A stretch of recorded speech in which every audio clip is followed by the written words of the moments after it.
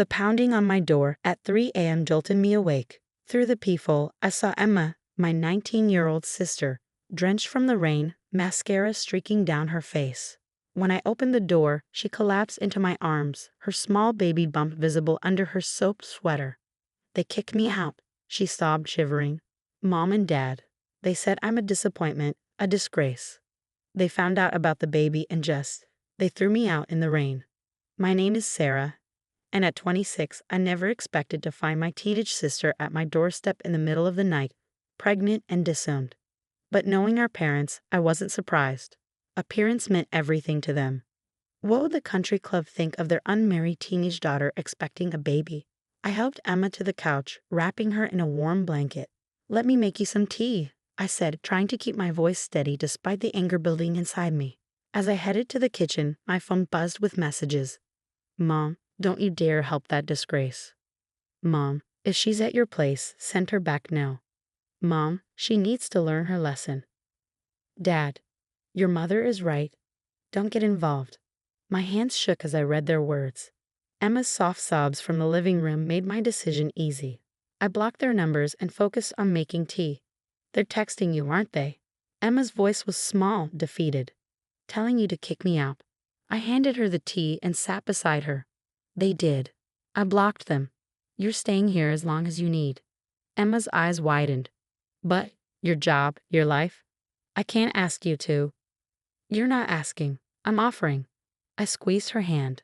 That's what big sisters are for. The next morning, Emma told me everything. The baby's father, a college freshman she'd been dating, had ghosted her when she told him about the pregnancy. Our parents' reaction was to demand she take care of it or leave. When she refused both options, it waited until night to throw her out, hoping the neighbors wouldn't see. "I didn't know where else to go," she whispered, cradling her tea. "Everyone else would tell them." I looked at my sister, really looked at her. Behind the tears and fear, I saw determination. She wanted this baby, despite everything and everyone telling her she couldn't do it.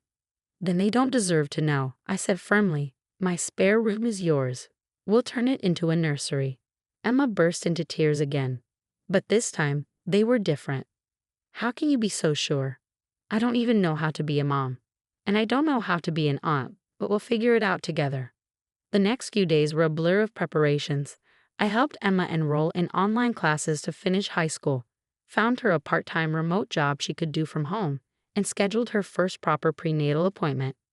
My salary as a software developer was enough to support us both, but Emma insisted on contributing what she could. The family backlash was swift and vicious. Aunts called to tell me I was enabling bad behavior. Cousins sent messages about how I was destroying the family. Even our grandmother, usually the voice of reason, suggested I was making a mistake. "Let her face the consequences," she said during one call. "It's the only way she'll learn." "She is facing them," I replied. "She's choosing to have this baby and finish her education. Those are pretty adult consequences, don't you think?" The call stopped after that, but the silence that followed was deafening. Holidays approached, and for the first time, Emma and I weren't included in family plans. No invitation to Thanksgiving dinner, no Christmas card, nothing. Instead, we started our own traditions. We painted the spare room together, turning it into a cozy nursery. Emma chose a soft green color, saying she wanted it to be perfect for either a boy or girl. She decided to keep it a surprise. One evening, as we assembled the crib, I assembled while Emma supervised and ate pickles straight from the jar. She looked at me with tears in her eyes. "I'm sorry," she said suddenly. "For what? Eating all my pickles?" She managed a small laugh. "No, for ruining your life. You should be dating, having fun, not taking care of your pregnant teenage sister." I put down the screwdriver and faced her. "Emma, listen to me. You haven't ruined anything. Our parents' reaction, that's on them. Their choice to throw away their daughters instead of supporting us, that's their burden to bear, not ours." As autumn turned to winter, Emma bloomed. Despite everything, she maintained her grades, worked her part-time job, and prepared for the baby. Each small achievement was a quiet rebellion against our parents' prediction of failure. But the hardest test came one December evening when I arrived home from work to find Emma in tears, clutching her phone. "Mom found my new number," she whispered. She said she hopes I fail. That I'll come crawling back when I realize what a mistake I've made. I took the phone gently from her hands. You know what? Let's prove her wrong. Not because we need her approval, but because you deserve to succeed.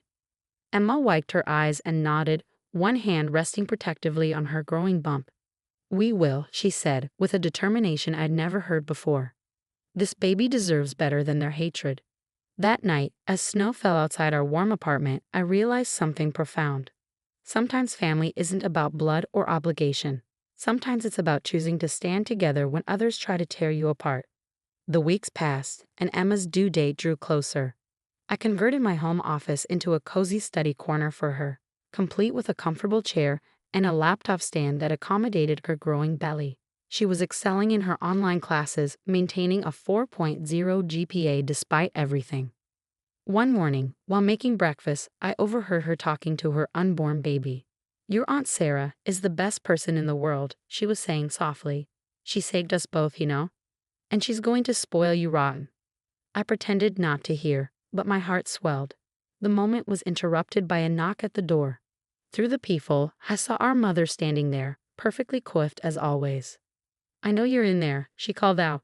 The neighbors told me they've seen Emma. We need to talk. Emma appeared behind me, panic in her eyes. I squeezed her hand reassuringly. Go to your room, I whispered.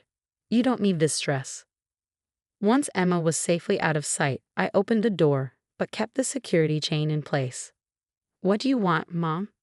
She tried to peer past me into the apartment. People are talking, Sarah. Do you have any idea how embarrassing this is? The Hendersons saw Emma at the grocery store yesterday. She looks like she's ready to pop. She's 7 months pregnant, Mom, not dying of shame like you seem to be. Don't be dramatic. We can still fix this. I've spoken to a private adoption agency. Stop right there. I cut her off. Emma is keeping her baby. She's finishing school, she has a job, and she's doing amazingly well without your help. Mom's face hardened. She's ruining her life, and you're enabling it. When that baby comes, you'll both realize what a mistake this was. The only mistake was expecting you to act like a mother. Goodbye, Mom. I closed the door on her protests, my hands shaking. When I turned around, Emma was standing in the hallway, tears streaming down her face. Did you mean that? She asked. About me doing amazingly well? I pulled her into a hug. Every word, you're the strongest person I know. That evening, Emma went into premature labor. The doctors managed to stop it, but she was put on strict bed rest for the remaining 2 months. I took some time off work to help her, working remotely when possible. During one of her checkups, we ran into Dad at the hospital. He was there for a routine physical and froze when he saw us in the waiting room. Emma instinctively grabbed my hand but held her head high. Dad looked old, I realized. Tired. His eyes lingered on Emma's belly before he turned away without a word. Are you okay? I asked Emma after he left. She nodded, rubbing her bump. You know what's funny? I used to be so scared of disappointing them. Now I realize they're the ones who should be disappointed in themselves. The next few weeks were a blur of preparations. I caught Emma making lists late at night. Baby names, study schedules, budget plans. She was determined to prove everyone wrong. I've decided on a name, she told me one evening. If it's a girl, I want to name her Sarah. Emma, no. Yes, she insisted. You gave me a future when our parents tried to take it away. I want my daughter, if it's a girl, to know that story. Before I could argue, she grabbed her stomach, eyes wide. The baby's coming, she whispered. 16 hours later, little Sarah Grace came into the world, screaming her lungs out and perfectly healthy despite being 3 weeks early. She had Emma's nose and a head full of dark hair. As I watched Emma hold her daughter for the first time, I saw no trace of the scared teenager who had shown up at my door that rainy night. In her place was a mother, tired but triumphant, whispering promises to her newborn. The nurses asked about calling our parents. Emma shook her head. My family is already here, she said, looking at me with tears in her eyes. Later that night, as Emma and baby Sarah slept, I checked my phone to find a message from Dad. Is she okay? The baby? It was the first time he'd acknowledged the pregnancy as anything other than a problem to solve. I stared at the message for a long time before replying. They're both perfect. No thanks to you. Then I turned off my phone and watched my niece sleep, marveling at how something so small could make me feel so fiercely protective. Our parents had thrown away the chance to know this perfect little person, all because they cared more about appearances than family. Their loss, I thought. Emma and baby Sarah had me, and I wasn't going anywhere. 2 years passed in a blur of first steps, first words, and countless milestones. Emma graduated high school with honors and started taking community college classes while working part-time from home. Baby Sarah grew into a precocious toddler who had us both wrapped around her tiny finger. Our little family unit thrived in its own way. Emma proved to be an amazing mother, balancing her studies, work, and parenthood with a determination that made me proud every day. I'd been promoted at work and moved us to a larger apartment, giving Sarah a proper room of her own. Then came the wedding invitation. Our cousin Jessica was getting married, and surprisingly, we were both invited. The invitation arrived with a note from our grandmother. "Please come, it's time to heal." Emma stared at the invitation for a long time, bouncing Sarah on her hip. "Should we go?" "Only if you want to," I said. "We don't owe them anything." The day of the wedding arrived crisp and clear. Emma dressed Sarah in a tiny purple dress that matched our bridesmaid dresses. Jessica had insisted on including us in the wedding party despite our parents' protests. As we walked into the church, Sarah holding both our hands and giggling, the family's reaction was immediate. Conversations stopped. Heads turned. Our mother, impeccable in her designer dress, froze mid-conversation. But it was Sarah who broke the ice. She spotted our grandmother and ran to her, arms outstretched. "Great-grandma," she squealed, remembering her from the photos Emma had shown her. Grandmother scooped her up, tears in her eyes. "Oh my," she whispered, looking at Emma. "She's perfect." The ceremony went smoothly, though I noticed our parents sitting stiffly in the front row, deliberately not looking our way. At the reception, Emma surprised everyone by giving a touching speech about family and second chances, her voice never wavering. "Sometimes," she said, looking directly at our parents, "the family you choose is stronger than the family you're born into. But there's always room for both, if people are willing to try." Later, as Sarah charmed everyone on the dance floor with her toddler moves, our father approached Emma. "She looks like you did at that age," he said quietly. Emma picked up Sarah, who was starting to get sleepy. "Would you like to hold her?" The moment hung between them like a bridge waiting to be crossed. Slowly, Dad reached out, and Sarah went to him without hesitation. "Hi, Grandpa," she said sleepily, laying her head on his shoulder. I watched my father's face crumple, years of pride and stubbornness washing away in an instant. Mom stood frozen across the room watching. "I'm sorry," Dad choked out. "We were so wrong, Emma, so terribly wrong." Emma touched his arm gently. "I know, but Sarah doesn't.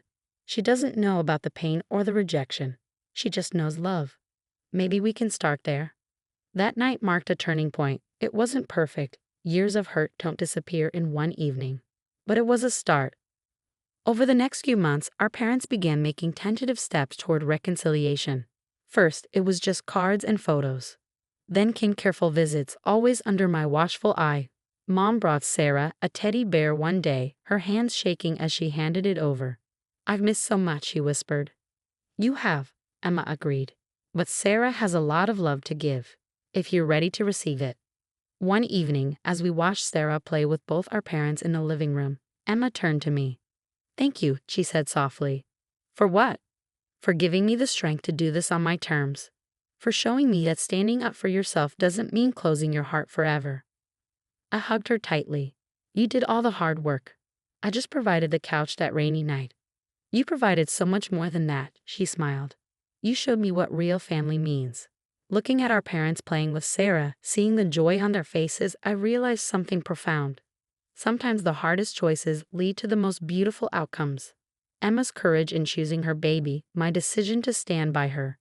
These choices had not only created our own little family, but had eventually helped heal our larger one. Sarah ran over to us, her eyes bright. "Mommy, Auntie Sarah, look what Grandpa taught me."